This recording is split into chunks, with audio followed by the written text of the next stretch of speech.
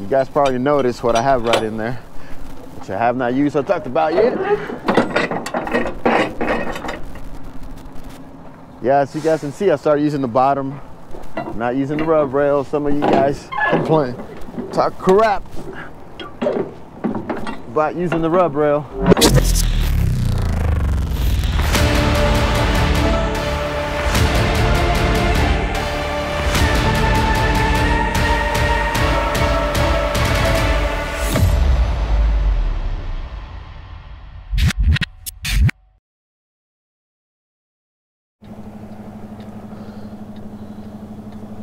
All right, guys, we're all empty. We're gonna head out. We gotta back in here, turn around. So we're gonna head out to our next pickup. Make a little backwards U-ey.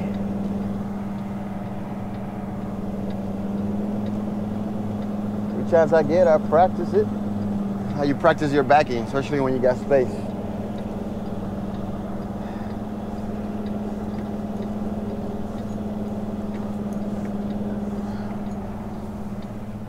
Go. Easy peasy. All right. Let's go to the next stop, guys. It's a military base, so I won't be able to record when we are at the military base. So I'll probably have to record you guys when we leave. So I'll see you guys on the way out, and I'll show you what I got. I'm sure it's possibly containers that I'm picking up. That's what I did last time off of in Reno? No, North California, north of Reno. I would say Reno because I have to go through Reno and then go back into California. But yeah, that's what I had to pick up last time and took it to Texas. It's based in Fort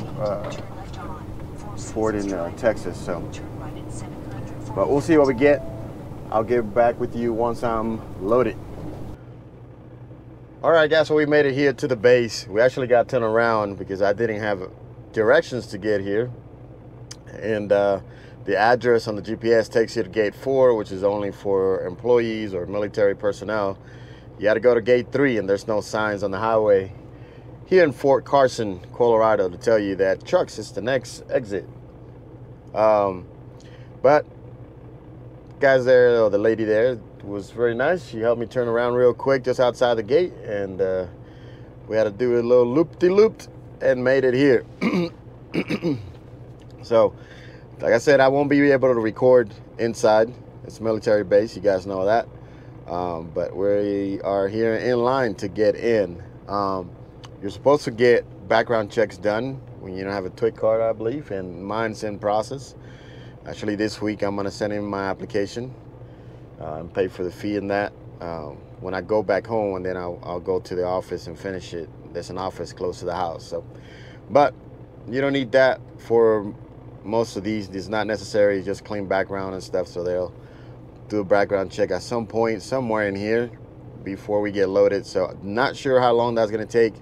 Last time I did that in North California, it took about an hour, I believe, in line with other drivers, and to pick up do the background check, and then get be able to go get loaded. The load was real quick. It was just empty containers. I believe I had like 6 or 5 of them, if I remember properly, but it took a minute to get checked out. So I'll get back with you guys on update on what we got once I get out of here and stop for fuel, because we'll have to put some fuel at some point today. We're doing pretty good in fuel, already delivered. That's what we're doing. Hope you guys are liking the content so far, and I appreciate all you guys' support in the channel. Trying to put more views. I do apologize that I haven't been able to post most recent this week, so this video probably not gonna get posted to next week. But I couldn't find the cable to my hard drive, and the spare cable it's not a data transfer one, so everything was taking forever to just transfer the files over. So I'll try to figure out something out this weekend to get that fixed, but if for any reason I can't, I'll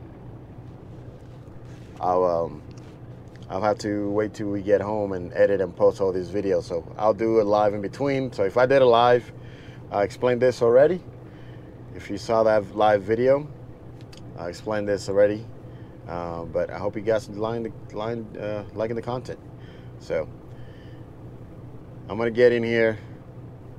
They're checking everybody's paperwork. I don't have paperwork. We just have confirmation for a load. So we'll figure that out in a second.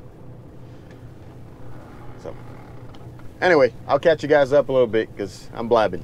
I'm just blabbing at the moment. I got a couple things in my mind, but don't want to talk about them right now. So we'll talk about it a little later. All right, guys, we are loaded up. You guys are gonna be excited about this one. This is something that I've always wanted to carry. We're still here in the base. I'm just taking lunch. I'm splitting my, gonna split my clock. I got about 10 more minutes to wait. I asked him if I can sit right here in front of their building, but I got all my paperwork already. And I'm warming up in a Hot Pocket. That's a quick snack lunch for today.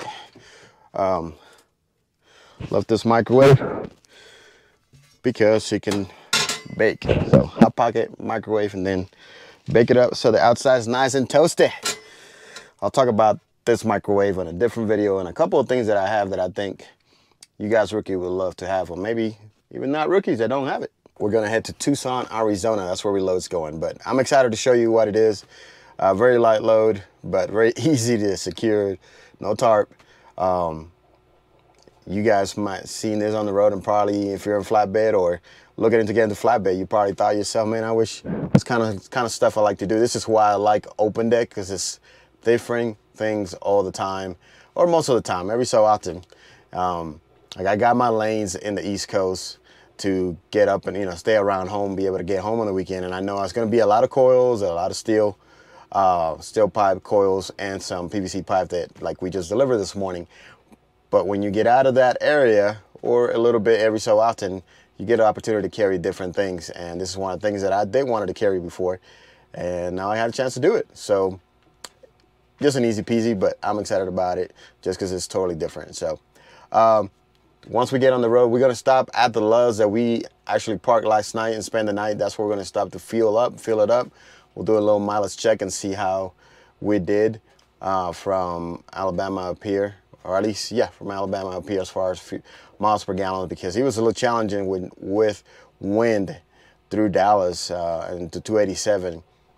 That's a lot of wind, 30+ gust mile winds going against us, and definitely it affected the MPG coming up here. So I just want to see numbers, and it's the first time that I get in a long time that I get to fill it up twice in a row and be good.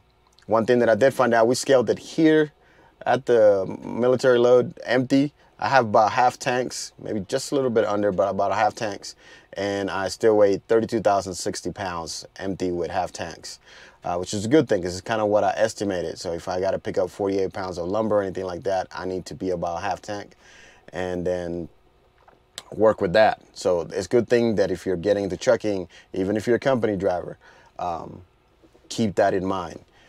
Learn those tricks. Those are little details that you want to learn for it. It's asking me to turn on the truck because I'm using the bake option on my microwave. So let me turn on the truck. It's gonna get loud, but you guys should be able to hear me. It's the only thing. I got a 3,000 watt inverter, but when it's using the air fryer bake, it'll last so long because it pull power a little faster, and then it'll ask me to turn on after a minute. So about 3 minutes, depending where the battery's at, of course. But learning those details in the business, checking on fuel, how fuel works, how far your truck drives, you know, how many miles you get, miles per gallon you get out of the truck you're driving. Even though that might not be the truck you're driving on the next company or so, but though you learn to get into that mode, and no matter where you go forward, you know to do that and have those numbers in your head. And if you eventually get to a lease op or an owner op, then you definitely want to know how to do that. How to know your numbers. What is the minimum rate per mile that you can take in order to finish even? Or what's the minimum to cover your expenses at home, your expenses with the truck, fuel, put some money into maintenance. Of course, you know, a little bit above that. But what's the minimum to finish even?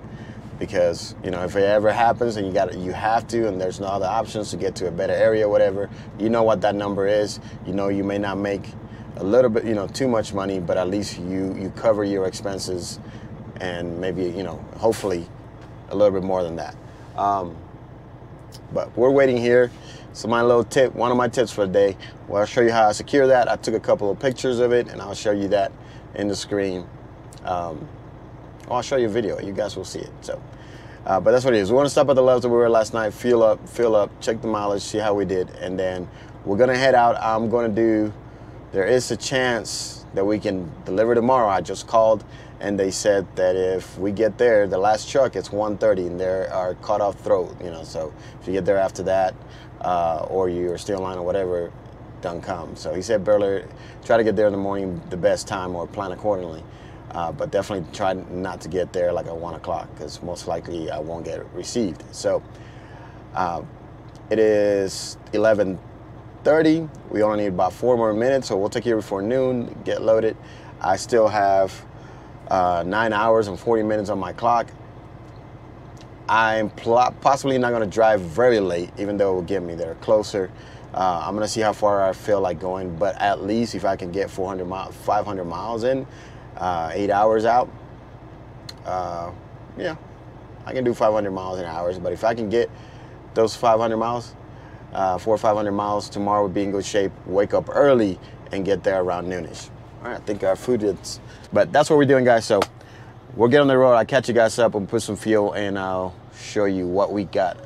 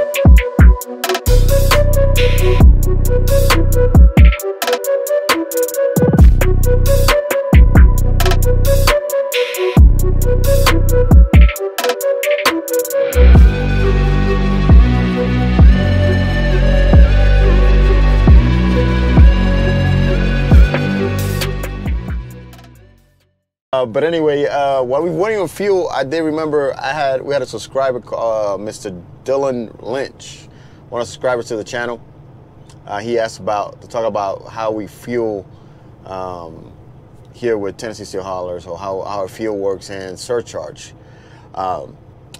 Surcharge, the easiest way that I can explain it, and at least the way that I've grabbed the concept in my head, we get paid 100% surcharge. Basically, every state's a little different. There is a percentage amount. It could be 14%, it could be 12%. Anybody knows a little more, you can comment below and get more specific on how you explain it. But basically, it's a percentage of the fuel cost based on the mileage and the rates. But it's a percentage that is directly paid to the driver, not a company driver, just as an owner-op, lease-op, however you want to classify yourself, but it's paid to help basically with the fuel cost of the shipping of the material. And that goes 100% paid to the driver, at least here in Tennessee Steel Haulers, and for the most places that I know. If you're a lease purchase or owner-op, that's 100% paid to you. If you are in percentage, for example, we get paid 75% of the load,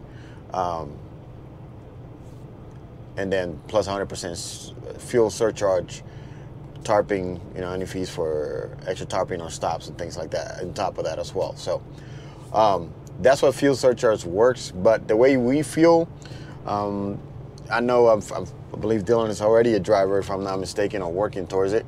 But I've talked before about having your fuel cards for the major fuel companies.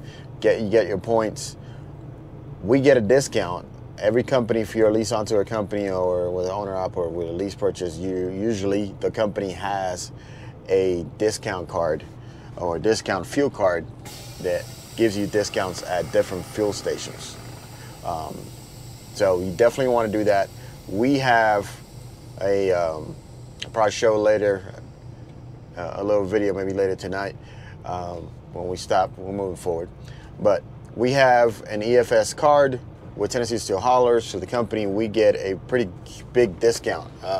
Could be up to 40 cents, sometimes 45 cents, sometimes 30 cents. Mostly at Loves and Pilots for my sakes. Sorry, Loves and yeah, Pilots, Flying J's. That's where the discount, bigger discount comes for us. But we have an app that we can see what that fuel cost it is. I can plan what truck stop I want to stop at, and I need to fuel, and what it's going to cost to me. So what we see on the board is not what I pay.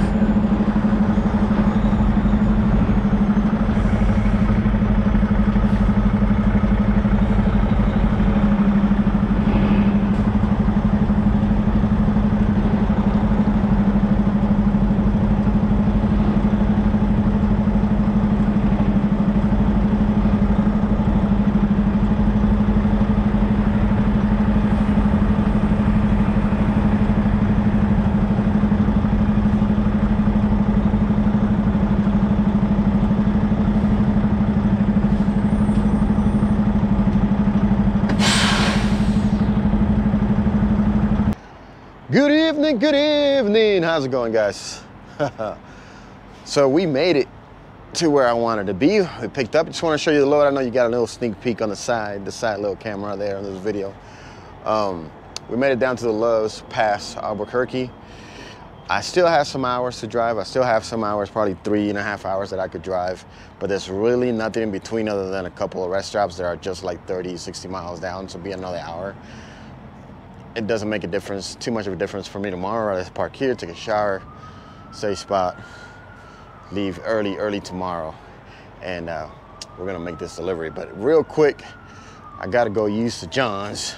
But before I did that and forgot and got my ADD about showing you guys, I wanted to show you the load a little more specific. It's nighttime, so I hope you guys can see, but it's pretty lighted up back here, so we're good. So let me go on the other side. There's no other trucks next to me, so hope you guys can hear me okay. But here it is. That's what we got. Humvees.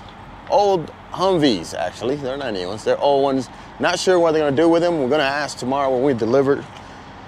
Well, we're going to call this video it right here. Yep. Couldn't call it a night. But we're going to figure it out tomorrow. But 2 Humvees. This one's full steel for, I don't know what he said, but this one's heavier than the one on the back. A whopping 17,900 pounds, 600 pounds, 17,600 pounds between both of them. So just real quick cross change. Hopefully you guys can see it. I know it's dark, but so you guys can notice. Ooh, I lost the bungee. Lost the bungee. I'll get another bungee. Cross change. When you're doing vehicle, anything with wheels, you just got to think about, for the rookies, tips for the rookies, you got to think about pulling power. Front, you got to prevent it going forward. So we got this pulling back, going backwards. So we got this pulling forward, and then side to side. So this side's pulling towards this direction, and that side's pulling that direction, same thing in the front. So you got to think about that. So create stability. We just got to get a bungee for that. I'll get that, put it on there, and we'll set. But yeah, maybe in the morning we should be on the next video. We'll show you guys a little bit what it looks inside. I mean, they just picked it up with a big old forklift. Don't really have any engines. I don't know what, they sold it to a company. So anyway, not sure what it's for, not sure what they're doing with it. But that's our load. That is our load. I've been wanting to have a load like this, just Humvees. Military is cool, carrying Humvees in your truck, right? So this is the kind of stuff that you can do in flatbed. So if you're considering coming flatbed, and why I like flatbed, because it's different stuff. Every so often you throw yourself out there, you can carry something different. It's not always the same thing. And I know in reefer and stuff, it's not always the same thing. But here you got hands-on on the material that you're putting on your truck, securing.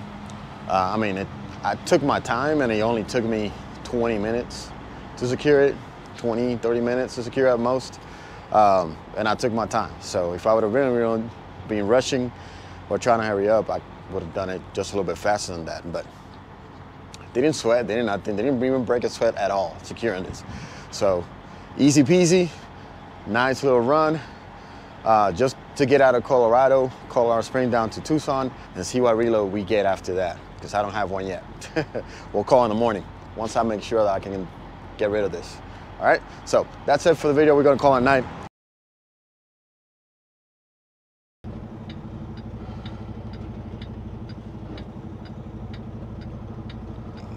That's why. All right, we're getting pulled in, guys, in here.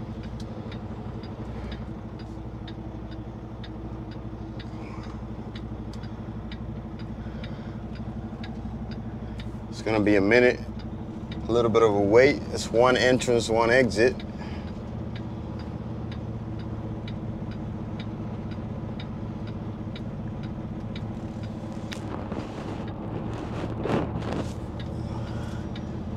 Yeah, these guys are going for demolition.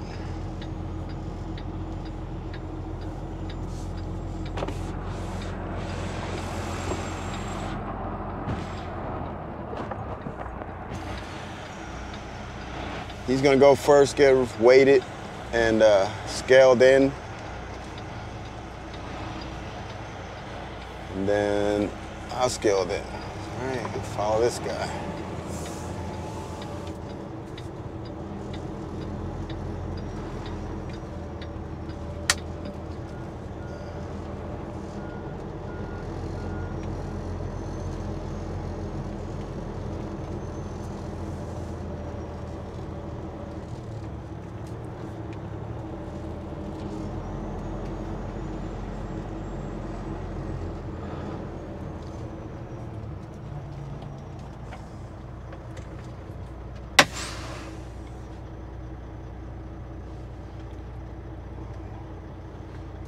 All right, so we'll hit wait here.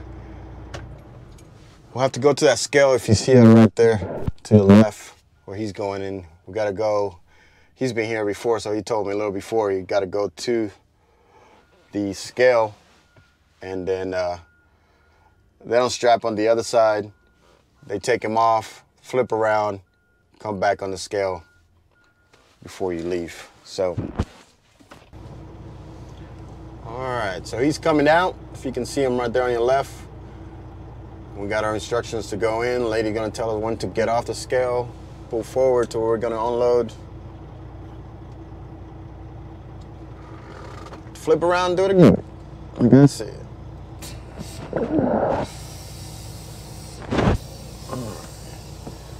Got the side camera on.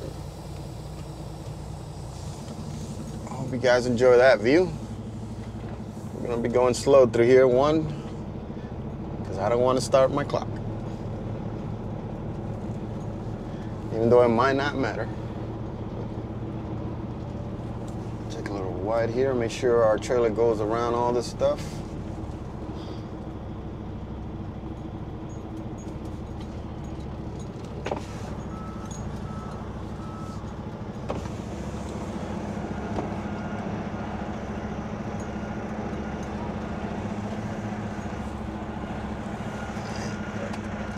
Tight wall right here.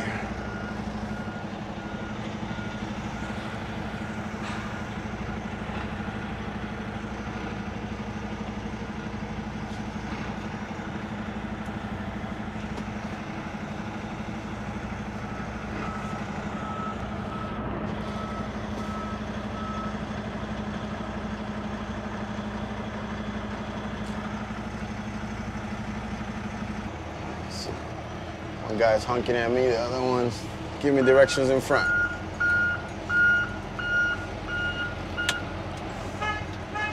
We're gonna lock our differential. It's a little muddy and I don't know what the load is, but it should be all right.